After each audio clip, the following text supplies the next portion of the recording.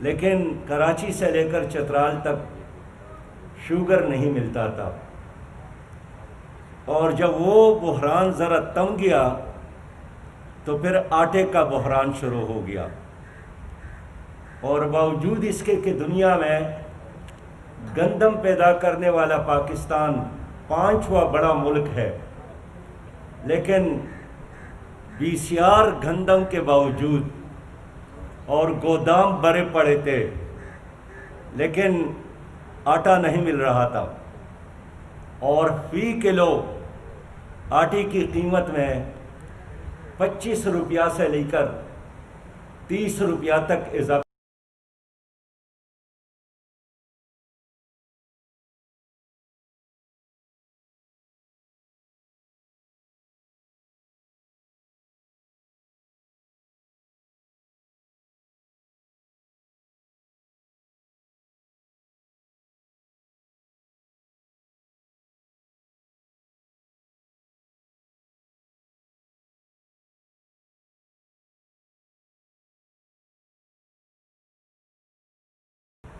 اور ان 2 سالوں میں حکومت نے نہ ان پر ہاتھ ڈالا، نہ کسی کا احتساب ہوا، نہ کسی کے پیٹ سے اور ان کے جیب سے لوٹی ہوئی دولت حکومت نکال سکی۔ معزز صاحب حضرات، آپ جانتے ہیں کہ پاکستان کا سب سے بڑا شہر اور سب سے زیادہ ریونیو دینے والا شہر کراچی ہے، جو ایک چھوٹا سا خوبصورت پاکستان کا نقشہ پیش کر رہا ہے، لیکن اس حکومت میں بھی کراچی شدید مشکل سے دوچار رہا۔ اور یہ عجیب ستم ظریفی ہے کہ اس وقت بھی صدر پاکستان کراچی سے ہے، مسلم لیگ کی حکومت میں بھی صدر پاکستان کراچی سے تھا، اور پیپل پارٹی کی حکومت میں بھی صدر پاکستان کراچی سے تھا، لیکن کیا جناب علوی صاحب ہو اور کیا جناب زرداری صاحب ہو اور کیا جناب ممنون حسین صاحب ہو، ان کے ٹینیور بھی مکمل ہو گئے، لیکن اس شہر کا کوئی مسئلہ حل نہیں ہوا۔ ہم دیکھتے ہیں کہ آج بھی وفاقی کابینہ میں کراچی شہر سے کئی وفاقی منسٹر موجود ہیں، تو ان کے ذاتی مسائل تو حل ہوئی ہوں گے، لیکن کراچی شہریوں کا مسئلہ حل نہیں ہوا، اور آج بھی یہ شہر رو رہا ہے۔ لوڈ شیڈنگ کا مسئلہ ہے، پور بلنگ کا مسئلہ ہے، اور اس پر نپرا بار بار ہدایات دیتی رہی، لیکن یہ ادارے جو کہ الیکٹرک کی صورت میں موجود ہے ٹس سے مس نہیں ہوئی۔ اور آج عدالت عالیہ نے یہ مشورہ دیا ہے کہ کیوں نہ کہ الیکٹرک کے لائسنس کو منسوخ کیا جائے۔ میں سمجھتا ہوں کہ الیکٹرک کا لائسنس منسوخ کرنا یہ وقت کا تقاضا ہے، اور اس ادارے کو قومی تحویل میں لیا جائے، اس لیے کہ اس نے کراچی شہر کے لوگوں کو مایوس کیا ہے، اور کیا کوئی اور کام کسی کا نہیں ہے کہ روز لوگ نکلتے ہیں اور لوڈ شیڈنگ کے خلاف احتجاج کرنا، اور راتوں کو لوگوں کا رونے اور دھونے کے علاوہ اور کوئی کام نہیں ہے۔ میں نے خود اپنے آنکھوں سے دیکھا کہ کراچی شہر میں آج کل بارشوں کا موسم ہے، لیکن ابھی اتنا زیادہ بارش بھی نہیں ہے کہ پورا انفراسٹرکچر تباہ ہوا ہے اور شہر پانی میں ڈوب جاتا ہے، اور پھر کوئی نہیں ہوتا، اور جو متعلقہ ادارے ہیں وہ ڈرینیج سسٹم کو بھی ٹھیک نہیں کر سکے، اور پانی کو باہر نکالنے کا کوئی انتظام نہیں ہے۔ اس لیے میں خود حیران ہوں، پریشان ہوں کہ شہر کا مستقبل کیا ہوگا اس موجودہ قیادت کے ہوتے ہوئے۔ میں نے وفاقی بجٹ کو بھی دیکھا، صوبائی بجٹ کو بھی دیکھا، دونوں حکومتوں نے وفاقی بجٹ میں اور صوبائی حکومت نے صوبائی بجٹ میں اس شہر کے لیے برائے انعام پیسہ رکھا ہے۔ آپ اندازہ کریں 650 ارب روپے کے ترقیاتی بجٹ میں سے صرف 18 ارب روپے اس شہر کے لیے رکھے گئے۔ اس طرح 350 ارب سے زیادہ صوبائی ترقیاتی بجٹ میں 3.7% سے بھی کم پیسہ اس شہر کے لیے رکھا گیا، تو پھر کیسا یہ شہر ترقی کرے گا؟ میں سمجھتا ہوں کہ کراچی شہر کے ساتھ کل بھی زیادتی ہو رہی تھی، کراچی شہر کے ساتھ آج بھی زیادتی ہو رہی ہے۔ کراچی میں ایک بہت بڑا منصوبہ، وہ فولاد سازی کا سب سے بڑا کارخانہ سٹیل مل ہے، لیکن کل بھی یہ ادارہ سٹیل مل، ان کے لوگ بے روزگار کیے جا رہے تھے، اور آج کی حکومت نے بھی اعلان کیا ہے کہ ہم اس ادارے کے 9,000 ملازمین کو برطرف کر رہے ہیں، فارغ کر رہے ہیں۔ میں نے سینٹ میں بھی سٹیل مل کا مسئلہ رکھا ہے، اس پر قائمہ کمیٹی کا اجلاس بھی ہوا ہے، اس پر ایک اور ذیلی کمیٹی بھی اب بن گئی ہے، لیکن ہم نے یہی موقع پہ اختیار کیا ہے کہ ہم سٹیل مل کو کسی بھی صورت میں نہ بند ہونے دیں گے، نہ ان کے ملازمین کو برطرف کرنے کی حکومت کو اجازت دیں گے۔ اس کو چلانے کی ضرورت ہے، اس کو سپورٹ کرنے کی ضرورت ہے، اور خود عمران خان صاحب نے ایک بار نہیں کئی بار یہ اعلان کیا تھا کہ ہم سٹیل مل کو چلا کر دکھائیں گے، لیکن آج موجودہ حکومت بھی وہی کچھ کر رہی ہے سٹیل مل کے ساتھ جو گزشتہ حکومتوں کا وتیرہ تھا۔ محترم صحافی حضرات، میں آپ کے علم میں لانا چاہتا ہوں کہ موجودہ حکومت نے جس طرح اعلان کیا تھا کہ ہم 1 کروڑ نوجوانوں کو بے روزگار نوجوانوں کو روزگار دیں گے، لیکن افسوس کی بات ہے کہ اس حکومت کے آنے کے بعد خود ان کے اپنے فگرز اور سرکار کے معلومات کے مطابق 1,70,00,000 نوجوان بے روزگار ہو گئے ہیں، 10 لاکھ سے زیادہ صنعتی یونٹ بند ہو گئے ہیں، اور بے روزگاری کی وجہ سے آج لوگ خودکشی کرنے پر مجبور ہیں۔ آج بھی ایک بہت بڑی خبر ہے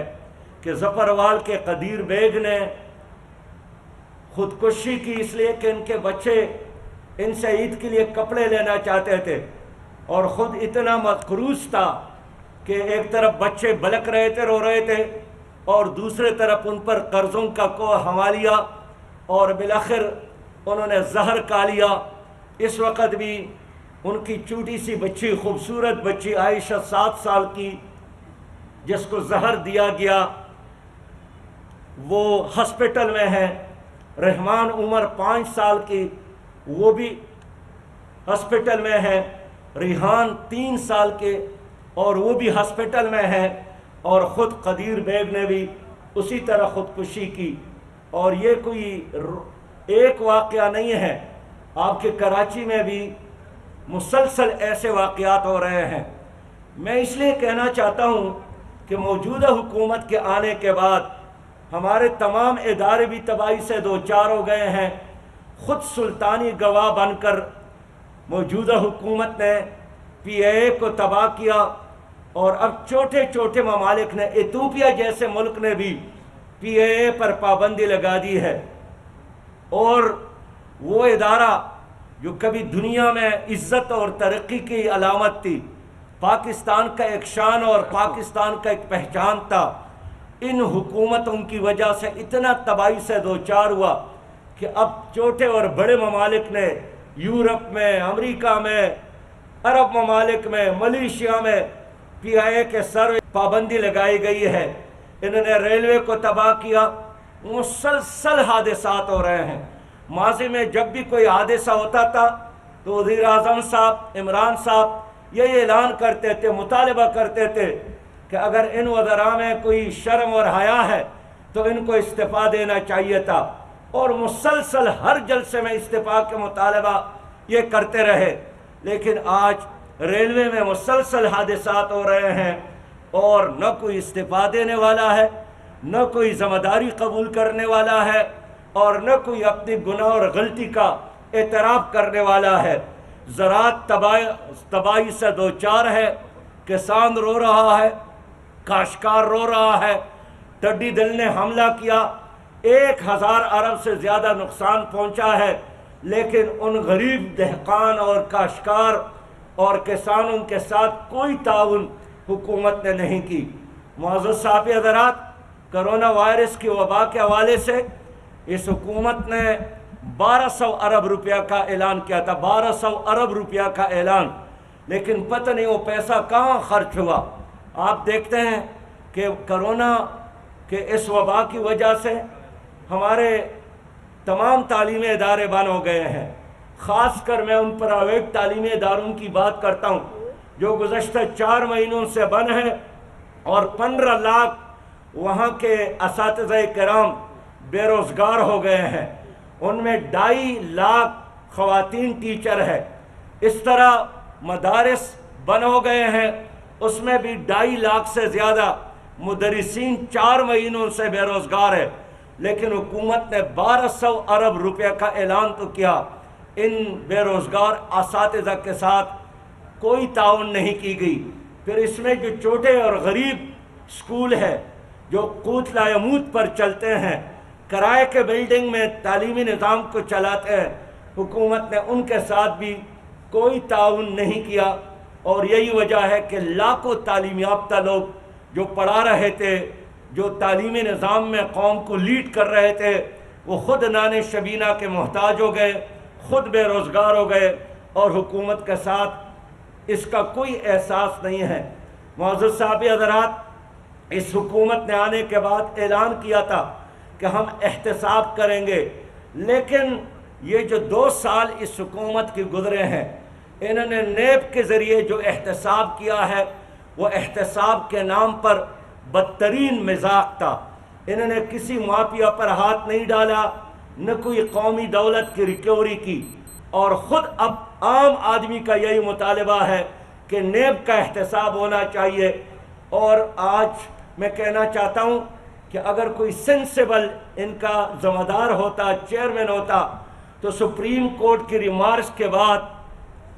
وہ استعفا دیتا، اس لیے کہ سپریم کورٹ نے جس طرح ناگواری کا اظہار کیا ہے، عدم اعتماد کا اظہار کیا ہے، اور نیب کے حوالے سے جن احساسات کا اظہار کیا ہے، انہوں نے قوم کی جذبات کی ترجمانی کی ہے، اور میں یہی چاہتا ہوں کہ سپریم کورٹ قوم کی ترجمانی کرے، قانون کی حکمرانی قائم کرنے کے لیے اپنے حصے کا بوجھ اٹھا لے، لیکن نیب نے آنکھیں بند کی ہے، اور یہی ان کا وتیرہ ہے کہ میں نہیں سنتا ہوں، میں نہ دیکھتا ہوں، اور اس طرح ایک نیب اس وقت موجود ہے جو خود احتساب کے قابل ہے۔ معزز صاحب حضرات، میں سمجھتا ہوں کہ ان تمام حالات میں جہاں ایک طرف موت سستی ہو گئی ہے اور زندگی گزارنے کی ہر چیز مہنگے ہو گئی ہے، اور مہنگائی اور بے روزگاری کی وجہ سے عام انسان کا جینا پاکستان میں مشکل بنایا گیا ہے، ہم سمجھتے ہیں کہ اپوزیشن کی بھی بہت بڑی ذمہ داری تھی، لیکن ان 2 سالوں میں ہونا تو چاہیے تھا کہ اپوزیشن بھی اپنی ذمہ داری ادا کرتی، لیکن اپوزیشن میں جو قومی اسمبلی اور سینٹ میں موجود بڑی جماعتیں ہیں، ان کے بھی اپنے ایجنڈے اور اپنے اپنے پارٹی مسائل کی وجہ سے وہ قوم کی وہ ترجمانی نہیں کر سکے جو کرنی چاہیے تھے۔ لیکن حالات کا تقاضا ہے کہ اگر آج بھی اپوزیشن کو اس ملک میں ایک اچھی جمہوریت مطلوب ہے، اور اچھی جمہوریت کے بغیر پاکستان ترقی بھی نہیں کر سکتا، تو سب سے اہم کام اس ملک میں قانون کی حکمرانی ہے، اور اس پہ بات کرنی چاہیے، اور قانون کی حکمرانی کے لیے بھی ضروری ہے کہ ہم شفاف الیکشن پہ بات کریں۔ بعض لوگ چاہتے ہیں کہ کل اگر الیکشن ہو جائے اچھا ہوگا، میں کہنا چاہتا ہوں کہ الیکشن سے پہلے الیکشن کی شفافیت کو یقینی بنانے کی ضرورت ہے، اس لیے کہ ہر الیکشن کے بعد کچھ لوگ جشن مناتے ہیں اور اکثریت ایسے ہوتی ہے جو روتے ہیں اور دھاندلی کی شکایت کرتے ہیں۔ تو اب ہمارے ساتھ وقت ہے کہ ہم سب مل کر ایک شفاف الیکشن کا ہونا یقینی بنا دے۔ قوم کیا چاہتی ہے؟ قوم یہی چاہتی ہے کہ ہماری عدالتیں غیر جانبدار ہو اور لوگوں کی امیدوں کا مرکز بنے، لیکن ہر حکومت نے ہمیشہ عدالتوں کو اپنے مفاد کے لیے استعمال کرنے کی کوشش کی ہے، لیکن یہ قوم کے مفاد میں ہے اور قوم کا ہر فرد یہی چاہتے ہیں کہ غیر جانبدار عدالتی نظام ہو، اس طرح ایک غیر جانبدار الیکشن کمیشن ہو تاکہ جمہوریت پر لوگوں کا یقین مضبوط ہو جائے۔ اس طرح قوم یہ بھی چاہتی ہے کہ غیر جانبدار اسٹیبلشمنٹ ہو، اور نہیں چاہیے کہ اسٹیبلشمنٹ کے بارے میں یہ تاثر ہو کہ کسی پارٹی کو سپورٹ کرتی ہے، کسی کا ساتھ دیتی ہے اور حکومت میں لوگوں کو لانے کا سبب بنے۔ اس جانبدار اور ہر لحاظ سے ایک سالس عدالتی نظام، غیر جانبدار الیکشن کا نظام کمیشن، الیکشن کمیشن اور غیر جانبدار اسٹیبلشمنٹ، یہ اس وقت ایک خوشحال اور ترقی یافتہ پاکستان کے لیے ہم ضروری سمجھتے ہیں۔ معزز صحافی حضرات، میں اسلام ہے یہ بھی کہنا چاہتا ہوں کہ ہمارا جو ایک بہت بڑا ایشو ہے اور وہ ہے کشمیر کا ایشو۔ بدقسمتی سے موجودہ حکومت کے آنے کے بعد ہمارے وزیر اعظم نے اسمبلی میں اعلان کیا تھا کہ سلطان ٹیپو کا کردار ادا کروں گا، لیکن اس حکومت کی موجودگی میں 260 سالوں سے ریاست کشمیر کے نام سے جو ریاست قائم تھی وہ ختم ہو گئی، اور 5 اگست کو انڈین گورنمنٹ نے کشمیری ریاست کو ختم کر کے انڈیا میں ضم کیا۔ دفعہ 370 اور 35A کے خاتمے کے بعد ریاست کشمیر کے نام سے کوئی ریاست نہیں رہی، اور ان 12 مہینوں میں جو گزر گئے، 5 اگست کے بعد اب دوبارہ 5 اگست آنے والا ہے، 1 سال مکمل ہونے کو ہے۔ مسلسل انڈین گورنمنٹ نے کوشش کی کہ وہاں آزادی کی ہر آواز کو دبایا جائے، اور انڈین گورنمنٹ نے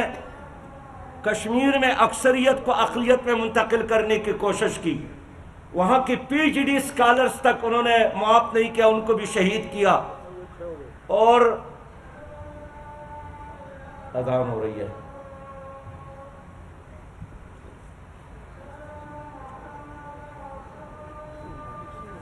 کوئی بات نہیں۔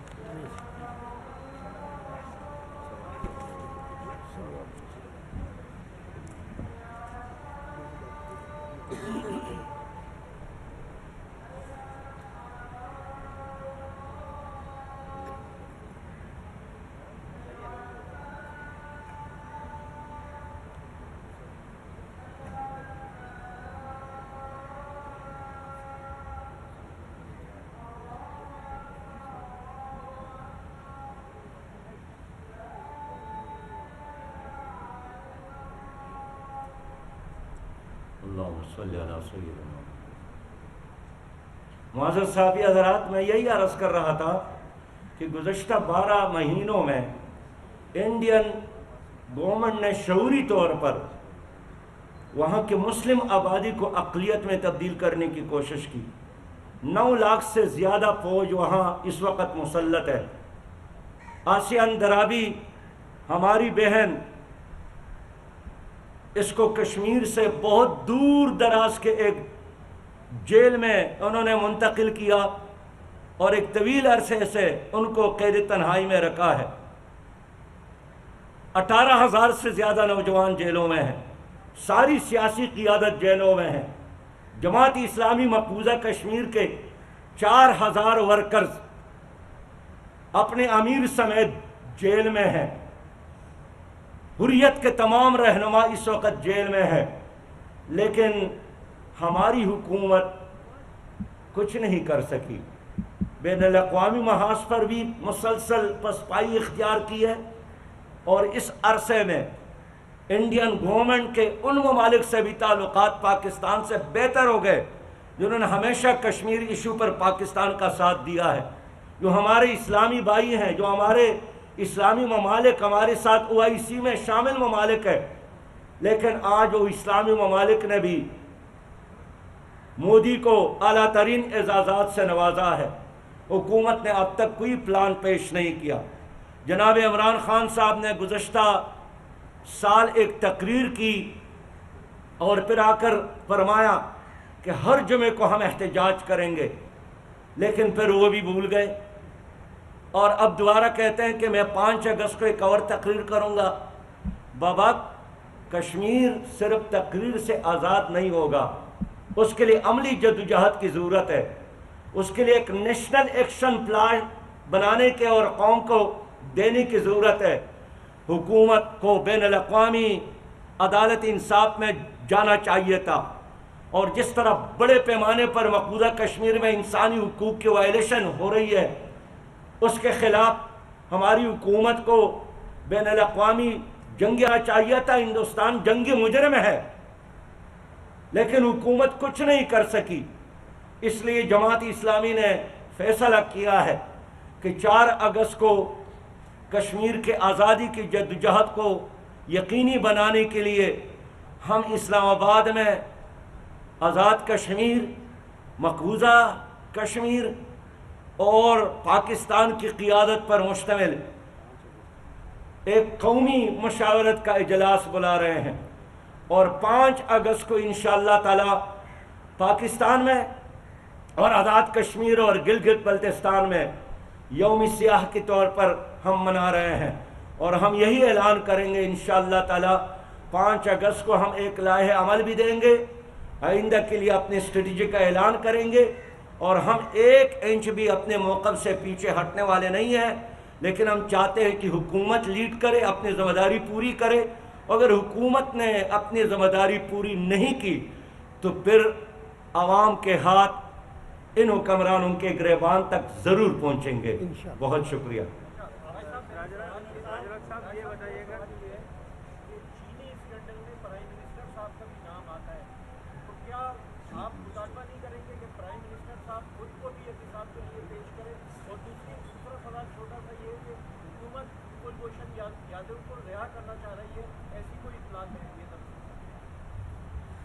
دیکھیے، حکومت کبھی بھی کلبھوشن کو رہا نہیں کر سکتی، اور جس نے اس کو رہا کیا، جس حکمران نے، اسی جیل میں ان کو رہنا پڑے گا. یہ کیسے ممکن ہے کہ ایک مجرم جنہوں نے پاکستان کو تباہ کرنے، پاکستان کو برباد کرنے، پاکستان میں دھماکہ اور پاکستان میں دہشت گردی کرنے کے لیے نیٹ ورک بنایا تھا، پکڑا گیا، اس پر ثابت ہوا، اور حکومت اس وقت اس کے بارے میں جو نرم رویہ اختیار کی ہے، اس پر بھی ہم اس کی مذمت کرتے ہیں، افسوس کا اظہار کرتے ہیں. لیکن جہاں تک آپ کہتے ہیں کہ ان کو رہا کرے گی حکومت، ہم انشاءاللہ ایسا نہیں ہونے دیں گے. باقی چینی اسکینڈل میں ملوث جو لوگ ہیں اور جو کمیشن کی رپورٹ ہے،